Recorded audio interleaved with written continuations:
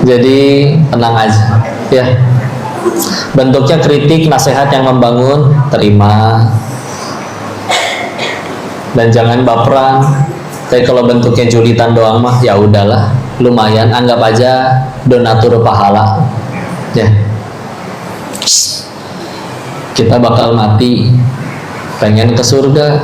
Nabi Adam aja diusir dari surga, dosanya satu. Kita pengen ke surga, emang dosanya satu. Jadi aslinya yang paling ngalangin kita ke surganya Allah teh dosa kita sendiri. Mau digugurin pakai ibadah, ya kalau mau jujur gitu kita. Sholat lupa rakaat melulu. Zuhur 2:30, asar 5:30 gara-gara nanggung 2 episode lagi, masih seru ya. Istiqomahnya istiqomah kuliah kulhu, nggak ganti-ganti. Kemarin gantinya juga ina atau ina kan. Tadi saya sujudnya lama karena lagi mikir abis ini tasyahud atau berdiri ya. Dulu jangan terlalu menjiwai gitu ketawa, kan jadi kelihatan ya.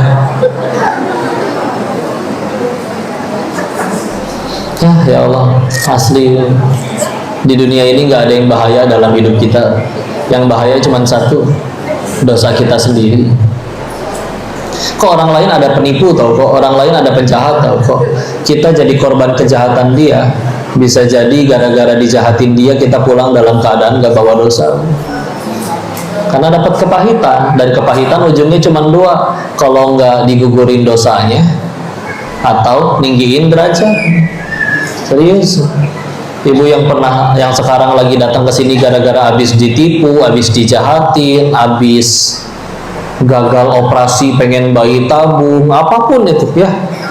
Serius, saya mah suka bayanginnya gini. Mungkin akan ada harinya nanti di setelah kematian, kita lagi antri satu-satu di pengadilannya Allah, terus kita ngelihat, aduh, itu orang hukumannya parah amat teh. Pak, dosanya apa itu orang? Ya. Dosanya ini kok. Aduh, mana saya juga belum tobat lagi. Saya pernah ngelakuin juga di dunia. Gimana ini Pak? Nah, gimana? Saya juga sama. Begitu kita yang masuk pengadilannya, tahu-tahu lolos. Kok lolos? Kan di dunia kamu nanti keturunan bertahun-tahun. Kan di dunia kamu difitnah sama tetanggamu, padahal yang ngutang dia, tapi galakan dia. Ya kan? Kamu pikir itu semua sia-sia? Nggak ada yang sia-sia. Dapat pahala itu bukan cuman dari ibadah yang mahdoh, tapi ada yang ghair mahdoh. Ibadah mahdoh itu yang kayak gimana? Yang ada tata cara bakunya. Sholat harus ngadep kiblat, nutup aurat, harus baca Al-Fatihah. Setiap sholat ada rokaat-rokaatnya berbeda. Ada tata cara bakunya. Ya.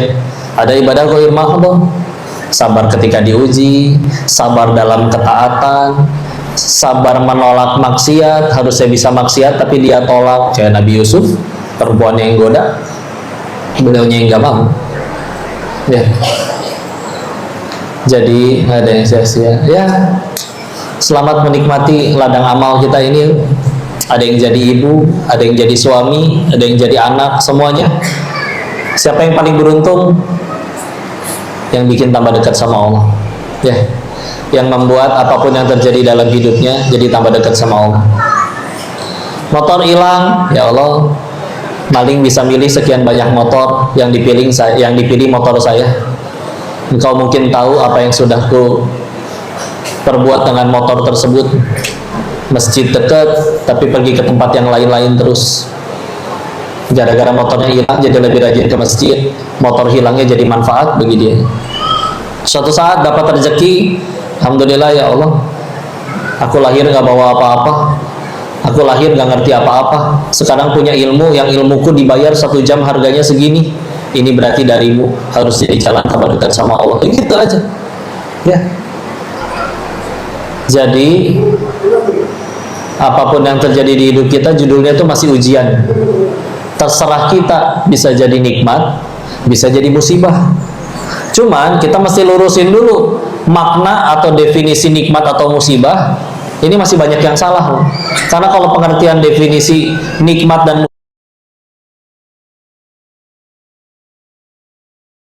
musibahnya masih sama, bagi bapak ibu nikmat itu apa? Terkabul, pengen punya emas, dapat gelang emas. Ternyata nikmat itu artinya adalah apapun yang bikin kita tambah dekat sama Allah. Ya. Musibah berarti apa? Sederhana, kebalikannya. Apapun yang bikin kita tambah jauh dari Allah. Meskipun kita suka naik jabatan, uangnya tambah banyak, tapi dipakainya maksiat, musibah demi Allah.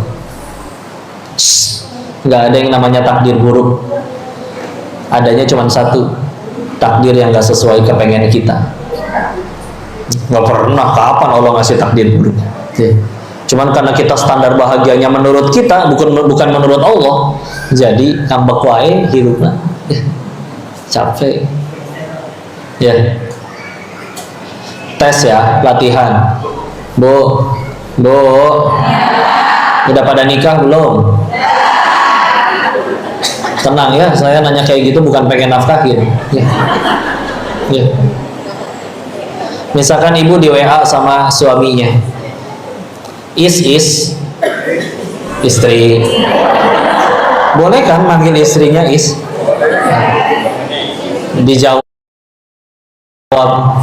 ada apa suami suzon wae. Begini is, ya kayaknya uang belanja harus naik nih is. Berapa Insya Allah 100 juta per 1 dekade ya? Enggak, Insya Allah 100 juta per minggu. Lihat Pak, begitulah cara nyenengin wanita. Tinggal dikasih khayalan, mereka udah cukup bahagia. Ya. Bu,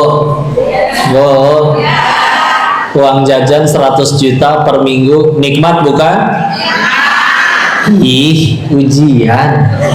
Kan tadi udah dibilang. Ulangi ya, uang jajan 100 juta per minggu, nikmat bukan? Ujian. Bisa jadi nikmat? Bisa, kalau ibu gunakan uang jajan yang 100 juta itu untuk tambah dekat sama Allah. Bisa jadi musibah? Bisa, kalau dipakai maksiat, dipakai jadi sombong, duit aku mah lebih banyak dari kamu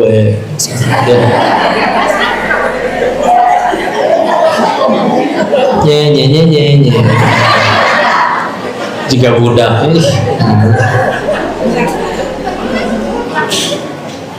ujian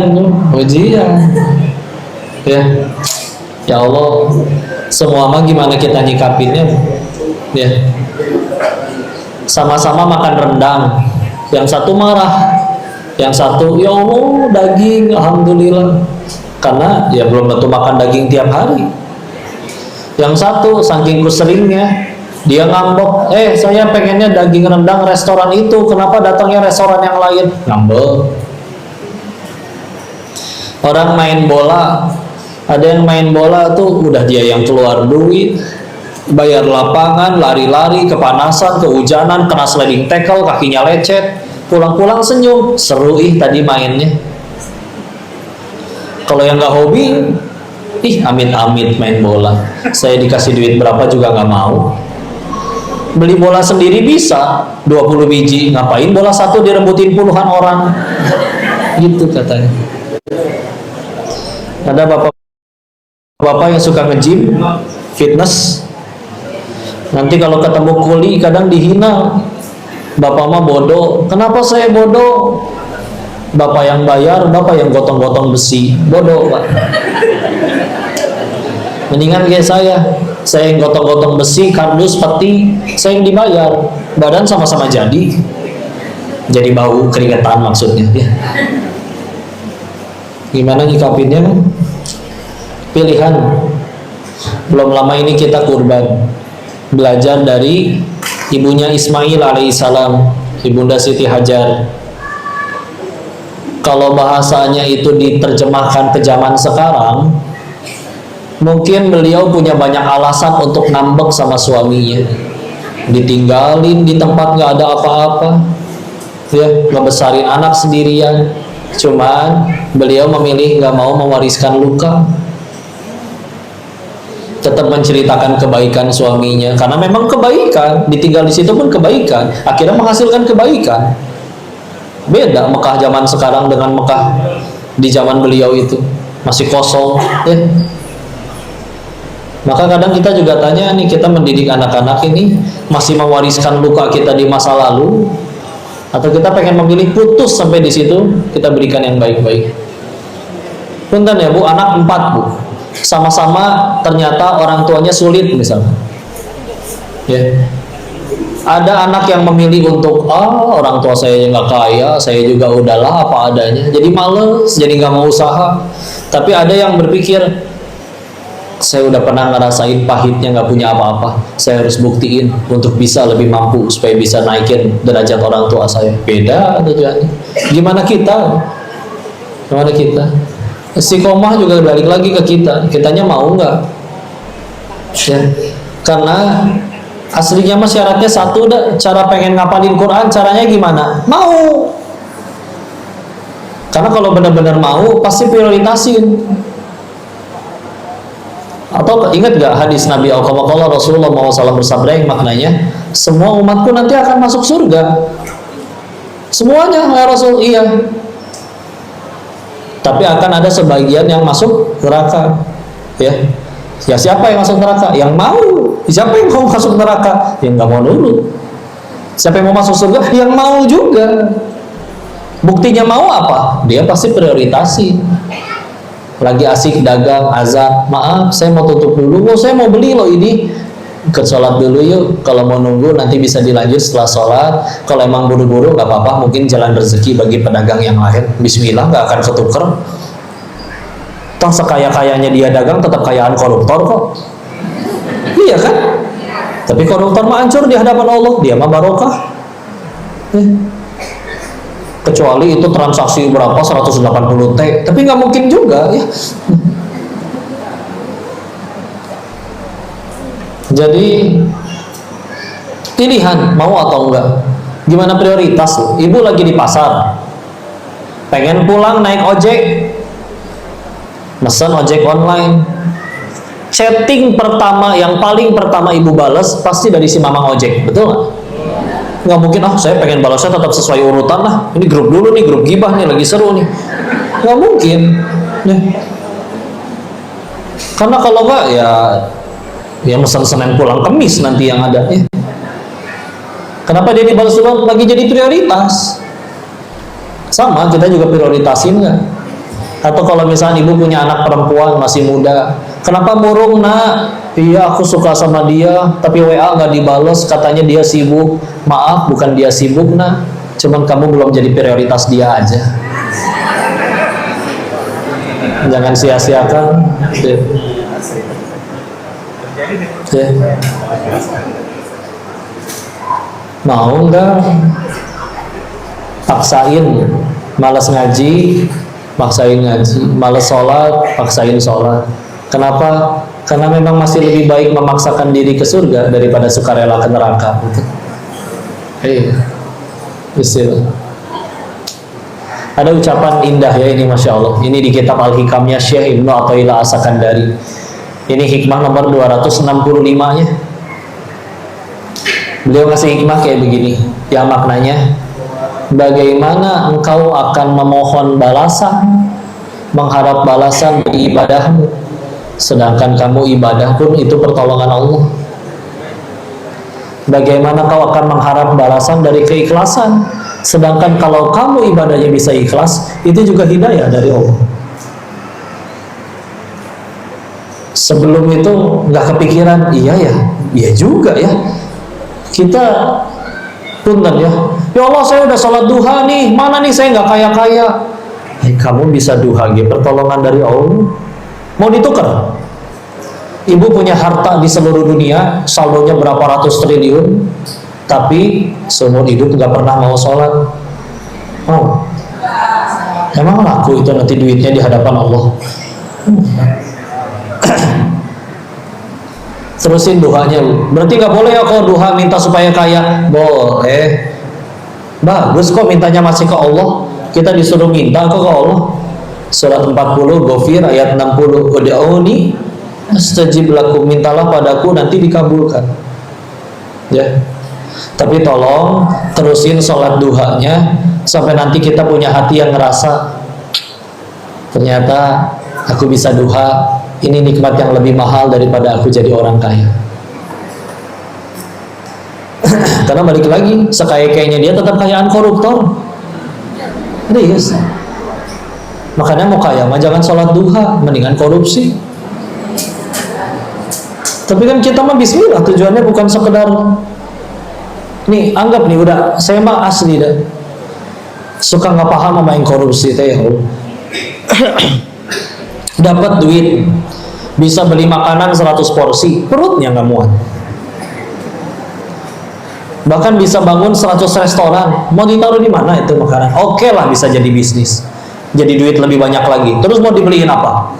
Bisa beli 1000 villa. Emang bisa pindah villa setiap hari? Nggak pegel tiap malam packing? Nyusun koper lagi ya.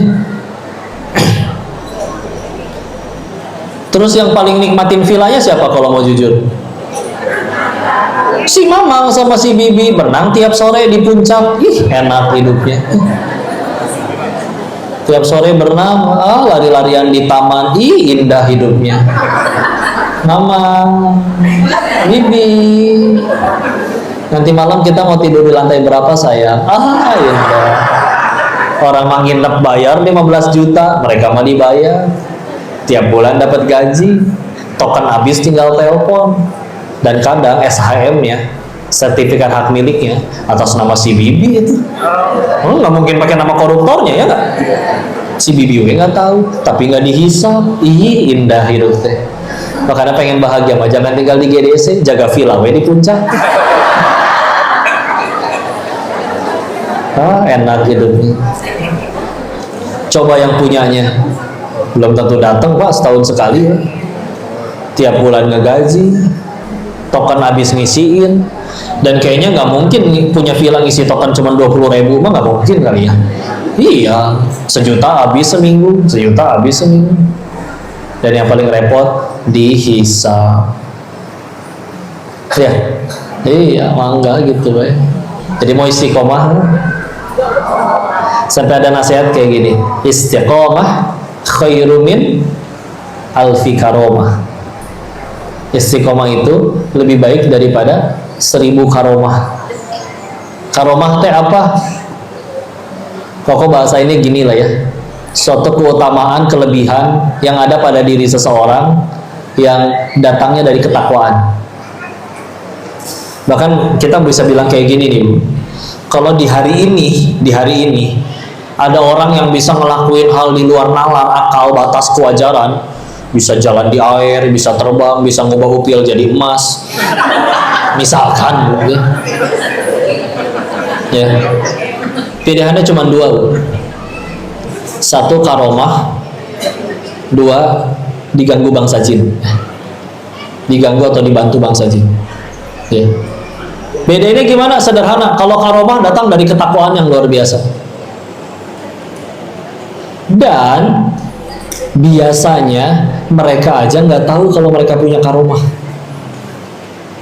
Tiap kali ngedoa orang ini, tiap kali ada orang punya karomah, tiap kali ngedoain orang dikabul. Tapi doain diri sendiri nggak kena, nggak mempan. Kalaupun ia tahu, dia nggak akan mau nunjukin. Apalagi sampai siaran langsung pertunjukan nih aku bisa begini, enggak. Karena yang kayak gitu biasanya soleh betulan. Yang soleh betulan gak mau, takutnya orang malah jadi nanti nyembahnya ke dia gitu ya. Gak usah yang kayak gitu. Misalkan bisa ngeruqyah, ruqyah syar'i. Guru-guru kami yang ngeruqyah syar'i betulan selalu ngingetin, Bu, maaf kalau nanti sembuh demi Allah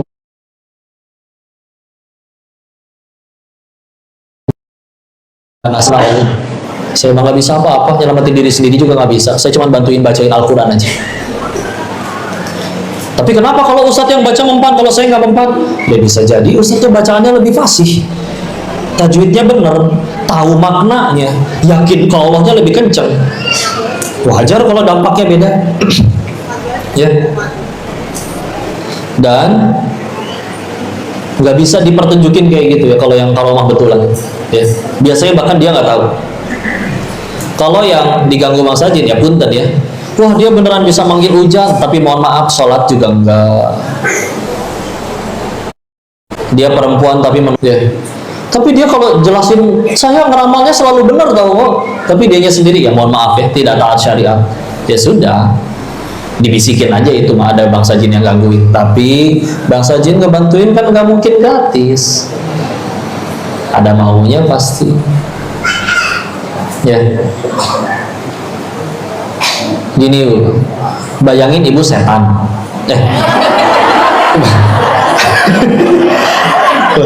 Enggak, gini ya. Bu, setan nggak suka kita ngaji kayak gini, betul ya? Tapi setan akan mikir gimana caranya biar kita habis ngaji kayak gini jadi dapat dosa. Ya kan? Akan sulit bagi setan untuk bikin kita beres ngaji langsung rame-rame ini ngerampok bank. Susah dong. Cara paling gampangnya gimana? Rusak tauhidnya, serius. Sana kamu ngaji, sana kamu sholat, tapi nanti giliran toko kamu sepi, datang ya ke mbah yang itu. Rusak nggak tauhidnya? Nih, rukun Islam ada berapa? 1, 2, 3, zakat dulu ya. 4, puasa. 5, punten ya. Yang paling nomor 1 apa? Karena kita tahu kalau ada orang sholat, zakat, puasa, haji, tapi dia tidak meyakini bahwa Tuhan itu Allah, dia tidak meyakini bahwa Muhammad SAW adalah utusannya, demi Allah gak laku nomor 2, 3, 4, 5 nya. Gak pakai iman.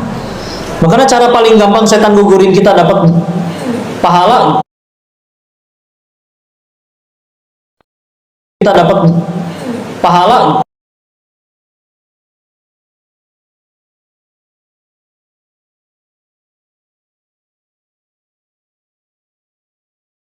bikin kita ya serius, itu cara paling gampang. Makanya tadi punten ya, kalau kita ngebayangin kita yang jadi setannya, kita pengen bikin orang ini dosa, udah ini kita jadi setan ngomporin orang buat bunuh orang itu belum tentu berhasil. Nggak semua berani megang senjata aja gemeter. Jadi kalau dibikin sholat sih sholat, tapi biar rame nih, biar kamu dijaga nih, kamu pakai jimat. Aduh, yang gitu-gitu ya Allah. Udah nggak boleh ada ya. Punten ya, kita bahas juga ke ketauhidan supaya lebih mudah istiqomah. Ya. Serius. Ini pernah ada kejadian kayak gini ya. Ini jadi cerita nih. Salah seorang asatis, salah seorang guru kami juga pernah ngajar ngaji di rumah itu Bu, sekeluarga besar. Ikut semua tuh, dari anak, ponakan, cucu, semua ikut. Suatu ketika ada satu pemuda di keluarga itu yang tiba-tiba nggak pernah ikut lagi. Ditanya dong ke si mamahnya, Bu, anak ibu kemana? Apa kuliah di luar kota? Biasa ikut ngaji. Dijawab, ada tuh di kamar, Sah. Loh kok nggak ikut ngaji? Dia lagi kesurupan arwah si kakek. Hah? Kumaha ya maksudnya lu? Iya, dia kesurupan arwah si kakek. Ibu taunya itu si kakek dari mana? Itu pemuda nggak ketemu sama kakeknya, tapi itu begitu kesurupan dia tahu segala hal tentang si kakek. Itu kakek kan? Ayo, gimana jawabnya? Ya. Maka dia jelasin, Bu, izin ya, orang udah wafat, dia udah nggak di alam sini, dia sudah namanya di alam barzakh, alam kubur. Kalau dia soleh, dia lagi istirahat, nikmatin sampai ambil nunggu hari kiamat. Kalau dia nggak soleh, boro-boro mampir ke sini Bu. Dia lagi repot ngurusin tanggung jawab atas kelakuannya sampai nanti hari kiamat. Oh gitu. Terus siapa itu yang masuk? Suaranya jadi berubah dan benar-benar tahu tentang si kakek. Bu, manusia itu lahir nggak cuman didampingin malaikat pencatat amal kanan dan kiri rokibun atid, ya?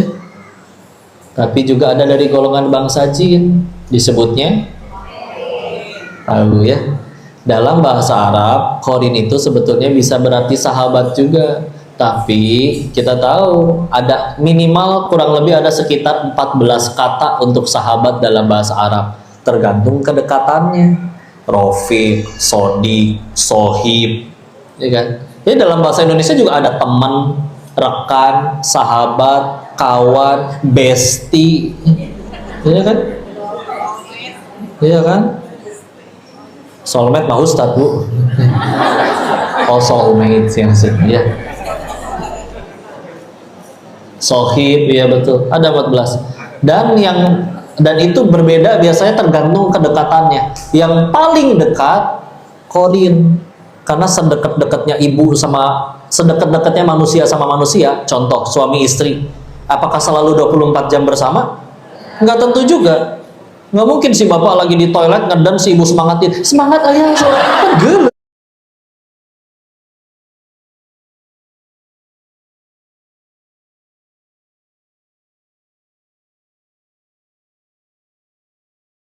Dari lahir sampai ke meninggal dia ikut.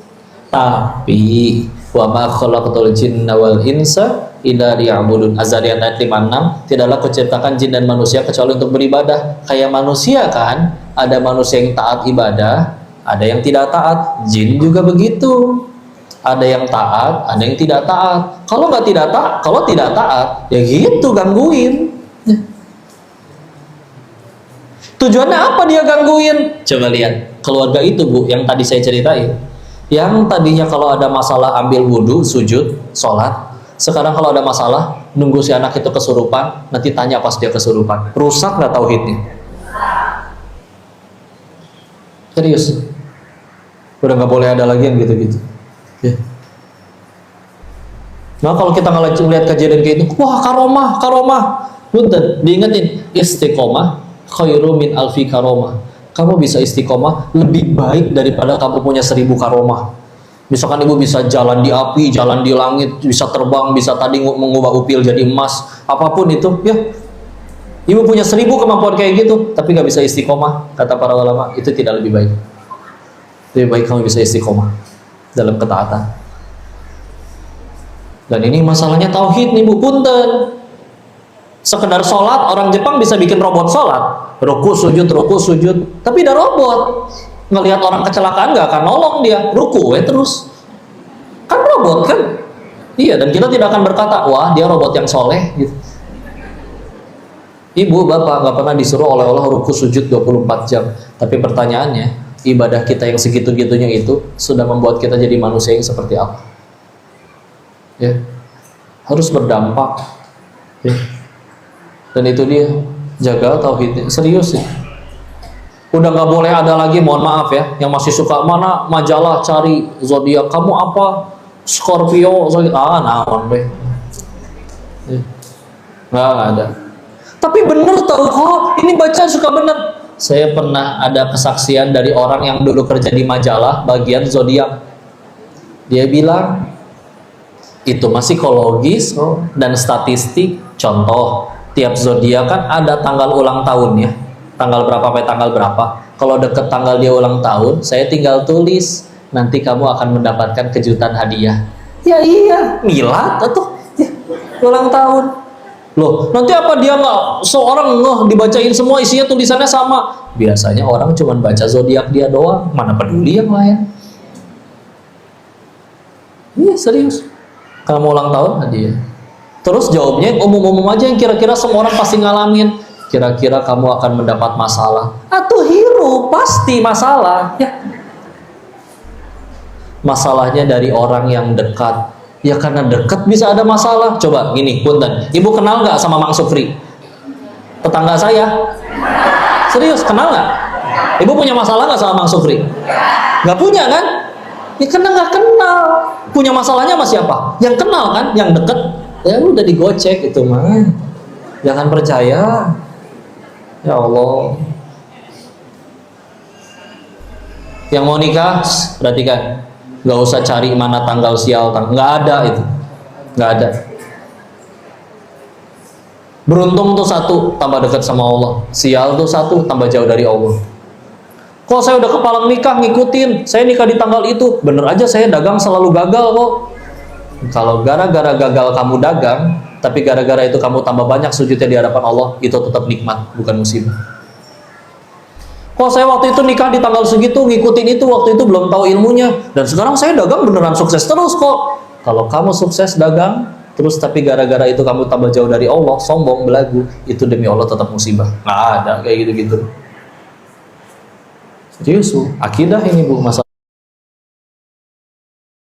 Serius, akidah ini bu masalah. Serius, akidah ini bu masalah. Ego, ya. Nggak boleh lagi ada yang lewat tempat gelap, punten mbah, saya nggak ganggu, nggak usah bu. Kepedean nanti dia. Kok jinnya kan ada? Iya ada jinnya. Tapi demi Allah seluruh jin bersatu, Allah nggak ngizinin dia nyalakain kita. Jangankan ganggu, sehelai rambut pun nggak akan jatuh demi Allah. Cuekin weh. Paling bete dia, malas godain dia mah. Serius. Nggak usah kayak gitu. Nggak usah tengil juga, mana kunti sini, nggak usah. Biasa weh udah. Kok takut kan manusiawi, takut udah baca Quran udah kalau. Itu, tapi jangan meyakini, ini jangan di sini bangunannya nanti bakal diganggu. Istilah bacain Quran serius, jangan kayak gitu lagi. Dulu di Jawa Timur ada pemuda kesambar petir sambil megang batunya dipercaya akhirnya bisa nyembuhin orang datang bawa air digayung bu, dicelupin batunya, tahu nggak? Batu ponari, tahu? Jadi kalau airnya udah dicelupin batu itu, namanya berubah jadi ponari sweat. Udah ganti ya? Bu, sembuh karena siapa? Gitu. Jangan ya Allah. Ih, rusak tahu akidah, serius. Serajin apapun kita sholat, zakat, puasa, haji, akidahnya bermasalah gimana dong? Jangan percaya lagi kayak gitu. Ya. Apalagi yang sederhana, jangan foto bertiga, nanti yang tengah mati duluan. Enggak, yang moto juga pasti mati itu demi Allah. Ya. Jangankan yang moto dan yang bertiga, yang di rumah nggak ikut pemotretan juga pasti mati. Yang penting mati kan husnul khotimah, tapi husnul khotimah itu bukan perkara mati karena apa, tapi mati sedang apa. Ulangi, bukan mati karena apa, tapi mati sedang apa. Kok matinya karena kanker, aduh kasihan, tapi sedang apa? Sedang sujud rakaat terakhir, aman. Daripada kok meninggalnya di masjid, masya Allah, sedang apa? Sedang nyolong speaker jatuh ketimpa, nggak jadi aman. Sedang apa? Nah biar sedang apanya selalu dalam kebaikan, istiqomah. Jangan ada gitu-gitu lagi ya. Jangan foto bertiga, mana mau berapa orang juga, ayo foto sini. So, nggak ada yang kayak gitu. Ya. Beberapa memang ada ilmunya, contoh kayak feng shui katanya. Yaitu mah tata letak rumah. Jadi kalau misalkan pintu dibuka jangan langsung jamban. Oke, itu masih masuk akal. Coba bayangin ibu pun buka pintu rumah, bukan ruang tamu, tapi malah jamban. Kan aneh. Aneh nggak? Aneh. Ya itu mah ilmu arsitektur, udah.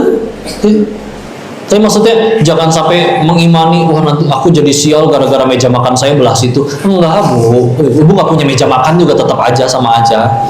Yang penting takwa sama Allah. Ya. Jadi jangan ada yang caya lagi ya. Sekali lagi istiqomah khairu min alfi karom. Istiqomah lebih baik daripada 1000 karomah. Ya. Jadi gitu ngelihatnya. Ada orang sakti ini zaman sekarang, udah lihat aja. Dia takwa betulan atau enggak. Iya dia bisa ngeramal apa segala, tapi sholat juga nggak mau, aurat tidak tertutup. Ya udah. Dia lagi diganggu sama bangsa jin. Ngapain bangsa jinnya ganggu? Ya gitu tadi kan. Orang tadinya kalau ada masalah nyari Allah jadi nyari dia kan. Ya udah, salah, repot. Ya. Begitu. Maka bismillah. Kalau nikah karena milih tanggal, karena ya milih saya di tanggal itu karena waktu di tanggal itu kan weekend kok, jadi orang libur biar bisa pada datang. Ya itu kan masih nggak apa-apa, wajar itu. Tidak ada kaitannya dengan nikah tanggal segini nanti saya hancur, saya sial, saya beruntung, enggak. Kalau milihnya karena alasan yang nikah tanggal segitu karena keluarga saya bisa ya tanggal segitu, oke, masih nggak apa-apa. Ya. Lagian ibu mah ada rencana nikah lagi kali ibu. Ya. Misal ini mah ya. Silakan. Maka bismillah, yang penting menjaga. Nah, gimana cara istiqomah? Salah satu yang paling utama jelas minta tolong sama Allah. Karena kita kadang suka kurang minta tolong sama Allahnya. Kok gimana ya, saya pengen bangun tahajud, udah pasang alarm 3, masih nggak bangun-bangun. Kadang ditanya balik, udah minta tolong sama Allah belum? Kita doa kan, macam-macam kan doanya. Jangan lupa sedikit, ya Allah nanti malam tolong bantu hamba bangun tahajud ya Allah. Udah coba belum? Karena Allah bangunin mah bangun bu, serius. Meskipun gak dengar alarm, gampang. Dibikin pengen pipis kek, dibikin apa, digigit nyamuk kek, digigit suami mungkin sekalian, atau digigit singa. Siapa tahu kayak Irfan Hakim kan miara singa. Gampang kalau Allah bangunin. Dibikin tahajud, dibikin apa, tsunami, gempa bumi kan pasti bangun. Tapi takut juga sih, ya. Minta tolong. Ya. Kalau doanya apa kok? Ya boleh doanya Nabi, ya muqallibal qulub, tsabbit qalbi ala dinik. Wahai yang maha membolak-balikan hati, teguhkan aku di atas agama. Atau boleh surat ketiga Ali Imran ayat 20 ayat ke-8, mohon maaf. Surat ketiga Ali Imran ayat 8. Rabbana la tuzigh qulubana ba'da idh hadaitana wa hab lana min ladunka rahmah innaka antal wahhab. Itu minta supaya tidak balik lagi ke kesesatan setelah Engkau berikan kami petunjuk ya Allah. Ya, mangga. Terus gimana lagi biar istiqomah? Kalau lagi futur, lagi turun keimanan, tolong jangan sendirian. Ya, paksain ketemu orang ke. Kalau sendirian kita cenderung gampang maksiat tuh, serius. Karena ngerasa nggak ada yang lihat. Kalau lagi sama orang, jangankan maksiat tuh. Sesuatu yang nggak dosa aja bisa nggak jadi. Contoh, ngupil dosa nggak? Nggak dosa kan? Kecuali kalau dipeperin ke punggung orang ya itu dosa. Ya. Tapi punten, ngupil nggak dosa. Tapi kalau di hadapan orang ibu nggak jadi ngupil kan? Iya. Langsung ya ngumpetin kadang di bawah ya, gelekin. Kopi rasanya apa? Kok tahu sih? Lagi masak pernah kurang penyedap ya? Tadi jawabnya fasih banget, asik. Ya Allah.